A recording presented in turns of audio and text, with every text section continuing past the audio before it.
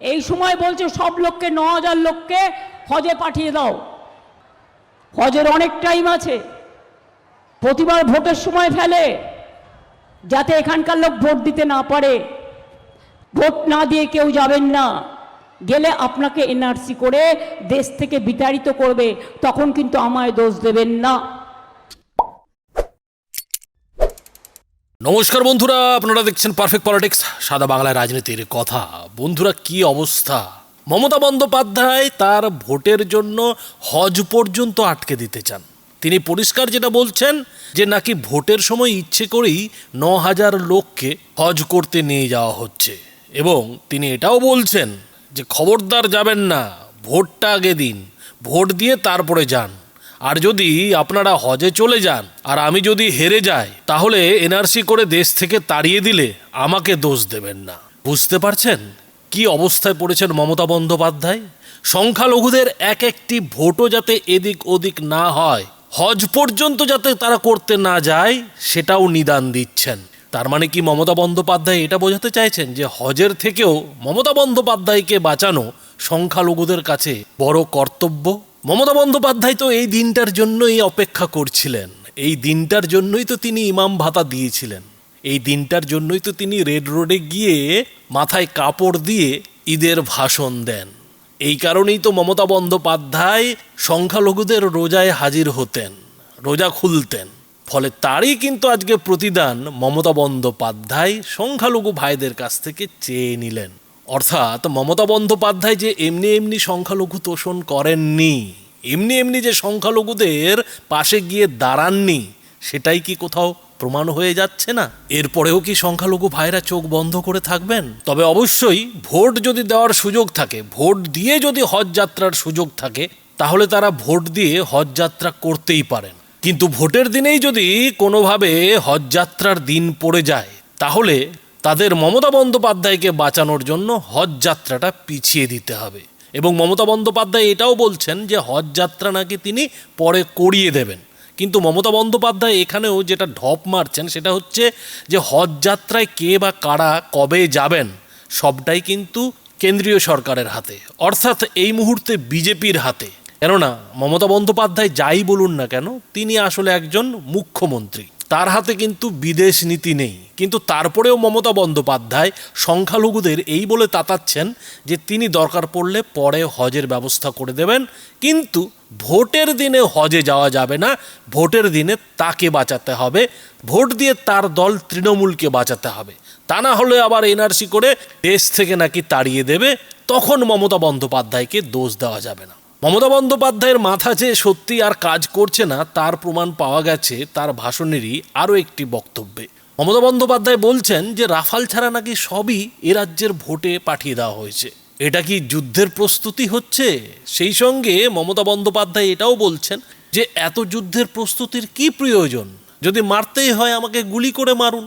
পরক্ষণেই আবার মমতা বন্দ্যোপাধ্যায় নিজেই সেই সাজোয়া গাড়ির সামনে দাঁড়িয়ে যেতে চাইছেন। মানে মমতা বন্দ্যোপাধ্যায় কখন কি বলছেন তিনি নিজেও খেয়াল রাখতে পারছেন না, মিনিটে মিনিটে তার বক্তব্য যে পাল্টে যাচ্ছে সেটাই তিনি বুঝতে পারছেন না। অথচ মমতা বন্দ্যোপাধ্যায় যে যুদ্ধের কথা বলছেন, এই যুদ্ধ পরিস্থিতির জন্য তো খোদ মমতা বন্দ্যোপাধ্যায় দায়ী। মমতা বন্দ্যোপাধ্যায়ের সরকার যদি আজকে এসআইআরের বিরোধিতা না করত, তৃণমূল যদি হুমকি হুঁশিয়ারি দিয়ে ভোট চুরি না করত, ভোট দখল না করত, তাহলে তো আজকে পশ্চিমবঙ্গে এই সাজোয়া গাড়ির কোনো দরকার ছিল না। মমতা বন্দ্যোপাধ্যায় সুপ্রিম কোর্টে গিয়ে নির্বাচন কমিশনের বিরুদ্ধে চ্যালেঞ্জটা ছুড়ে দিয়েছেন বলেই তো আজকে নির্বাচন কমিশন তার ক্ষমতা দেখাচ্ছে, তার শক্তি দেখাচ্ছে। আর মমতা বন্দ্যোপাধ্যায় এখন সবটাই ইলেকশন কমিশন বনাম বাংলার মানুষের লড়াই বলে চালানোর চেষ্টা করছেন। অর্থাৎ ইলেকশন কমিশনকে খোঁচালেন মমতা বন্দ্যোপাধ্যায়, আর যখন তার পরিপ্রেক্ষিতে এ রাজ্যে কমিশন সাজোয়া গাড়ি নামিয়ে দিল, বেশি করে কেন্দ্রীয় বাহিনী বিএসএফ নামিয়ে দিল, তখন তিনি সেই লড়াইটা মানুষের সঙ্গে বাঁধিয়ে দেওয়ার চেষ্টা করছেন। তার মানেটা কি? তার মানে বন্ধুরা, রাজনৈতিক বিশ্লেষকরা এটাই বলছেন যে মমতা বন্দ্যোপাধ্যায় বারবার চেষ্টা করছেন মানুষকে খুঁচিয়ে দিয়ে ইলেকশন কমিশনের এই যে ভোটের জন্য কঠোর প্রস্তুতি, সেই প্রস্তুতি যাতে ভেঙে ফেলা যায়, কিন্তু মানুষ তাতে মোটেও সাড়া দিচ্ছে না। সেই সঙ্গে মমতা বন্দ্যোপাধ্যায় লাগাতার পুলিশ প্রশাসনকেও হুমকি দিয়ে চলেছেন। বারবার তিনি দাবি করছেন যে সমস্ত পুলিশ কর্মী অফিসারদের নাকি নম্বর লেখা আছে, তৃণমূলের কাছে নাকি সবার নম্বর আছে, যারা গুজরাট থেকে এসছেন তাদেরও নম্বর লেখা আছে, যারা উত্তরপ্রদেশ থেকে এসছেন তাদেরও নম্বর লেখা আছে, আর এই ভোট কেটে গেলেই তাদের নাকি হিসেব নেওয়া হবে। তারপরেও মজা দেখুন, মমতা বন্দ্যোপাধ্যায় বলছেন আমি তো আর আপনাদের বিজেপির মতো হুঁশিয়ারি দিচ্ছি না। তার মানে মমতা বন্দ্যোপাধ্যায় এটা ভালো মতোই হারে হারে টের পাচ্ছেন যে তার পাশে আজকে পুলিশ প্রশাসন পর্যন্ত নেই, পুলিশ প্রশাসনের লোকেরা পর্যন্ত পাল্টি মেরে গেছে। তারা কিন্তু হাওয়া বুঝে যেদিকে ঝুঁকে পড়ার সেদিকে ঠিকই ঝুঁকে পড়েছে। আর এই অবস্থায় মমতা বন্দ্যোপাধ্যায়ের পরিত্রাহী চিৎকার করা ছাড়া আর হুঁশিয়ারি দেওয়া ছাড়া যে কোনো রাস্তা খোলা নেই, সেটা মমতা বন্দ্যোপাধ্যায় ভালো মতোই বুঝেছেন। আর বুঝেছেন বলেই কিন্তু মমতা বন্দ্যোপাধ্যায় এই ধরনের ভাষণ দিচ্ছেন। তো বন্ধুরা, মমতা বন্দ্যোপাধ্যায়ের এই যে হুঁশিয়ারি, সেই হুঁশিয়ারিতে তিনি কি বললেন দেখুন ভিডিও। তারা কি জানেন মা ভাই বোনেরা, কোনোদিনও শুনেছেন একটা নির্বাচনে লড়তে গেলে দিল্লি থেকে যত ফোর্স সেন্ট্রালের 2 লক্ষ পুলিশ নিয়ে এসছে, আর আমাদের পুলিশরা ওদের সাথী হয়েছে। কারণ আমাকে ওরা এখন চেনে না, ওরা বিজেপিকে চেনে। আমি গতকাল শুনলাম কোলাঘাট থেকে রাস্তা বন্ধ করে দিয়েছে, এমনকি প্রেস যেতে পারছে না, বাইক বন্ধ করে দিয়েছে, রেল বন্ধ করে দিয়েছে, রোড বন্ধ করে দিয়েছে। তাহলে যারা ভোটার তারা যাবে কি করে, যারা বাইরে কাজ করে? কারা এসব করছেন? তারা কি ভুলে গেছেন আগামী দিনে এই বাংলার মাটিতেই আপনাদের কিন্তু কাজটা করতে হবে? আপনাদের আমি ভালোবাসি, সম্মান করি, তাই অ্যালার্ট করব যে আপনারা কারো কথায়, কারো মুখের কথায় নাচবেন না, নিজের বুদ্ধিতে কাজ করুন। আপনাদের আইপিএস, আইএস, ডব্লিউবিপিএস, ডব্লিউসিএস থেকে শুরু করে সকলের একটা নিজস্ব সম্মান আছে নিরপেক্ষভাবে কাজ করার জন্য। নিরপেক্ষতা বজায় রাখুন। শুধু তৃণমূলকে টার্গেট করবেন আর বিজেপির সবচেয়ে বড় ক্রিমিনাল গদ্দার রাকেশ সিং, এদের কেন গ্রেপ্তার করা হবে না? শুধু তৃণমূলকে আপনারা টার্গেট করেছেন। 1000 লোকের লিস্ট দিয়েছেন। আরে তৃণমূলের একজনকে গ্রেপ্তার করবেন, আমার 1000 মা বোনেরা বেরোবে। আপনারা মনে রাখবেন, ভোট আপনারা দেবেন না। মিলিটারি যাতে ছাপ্পা দিতে না পারে, পুলিশ যাতে ছাপ্পা দিতে না পারে, আপনাদের দায়িত্ব নিতে হবে। শুধু রাফাল বিমান ছাড়া সব নামিয়েছে, যুদ্ধের সাজোয়া গাড়ি। বুঝতে পারছেন? এরা কি, এদের মাথায় বিষবৃক্ষ যদি না থাকে, এত ভয় কিসের মানুষকে? তুমি বিজেপিকে জোতানোর জন্য বিজেপি ভ্যানিশ ওয়াশিং মেশিন, তুমি যুদ্ধের সাজোয়া গাড়ি নামিয়েছো। তুমি মিলিটারিদের নিয়েও মিটিং করেছো, ওদের আমরা রেসপেক্ট করি, ওরা দেশ রক্ষা করে, পাহারা দেয়। বিএসএফকে নামিয়েছো, সিআরপিএফকে নামিয়েছো, সিএপিএফকে নামিয়েছো, রেলকে নামিয়েছো, অ্যাভিয়েশনকে নামিয়েছো। কাকে নামাওনি? সাজোয়া গাড়ি নিয়ে এসছো, কেন গুলি চালাবে? কি করবে? মানুষ হত্যা করবে? ভোটটা হচ্ছে গণতন্ত্রের উৎসব, ভোটটা মৃত্যুর জায়গা নয়, এটা মাথায় রেখে দিও। ওরা আমার সাথে যুদ্ধ করতে চায়, তার থেকে তো বেটার তুমি এটা গুলি চালাও, আমি মরে যাই, তাহলে আমাকে তোমায় লড়তে হবে না। আর লড়াই করার ভয় দেখাচ্ছে সব বাহিনী নিয়ে এসে, কাহানিগুলো বলবো? বজ্জাতের গাছ সব। এত মানুষের ভোট কেটেও লজ্জা করে না। এই সময় বলছে সব লোককে, 9000 লোককে হজে পাঠিয়ে দাও। সব শয়তানি।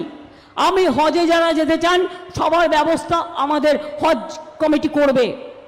দয়া করে নিজের ভোটটা দিয়ে যাবেন, বোকামি করবেন না।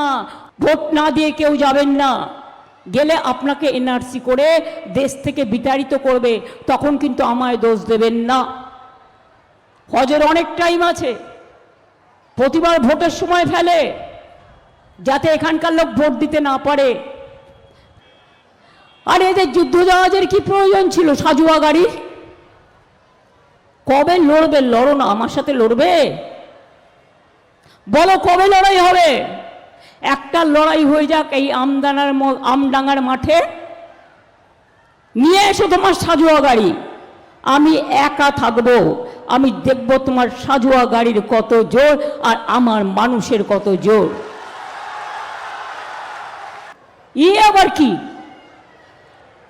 বাইক বন্ধ, রেল ব্লকেড, গভর্নমেন্ট মানে পুলিশ করছে, প্রশাসন, ইলেকশন কমিশন সবাইকে চমকাচ্ছে ধমকাচ্ছে। তো ভোটের আগের দিন তো অনেকে বাড়ি ফিরতে চায়, তাদের আপনারা বাড়িও ফিরতে দেবেন না।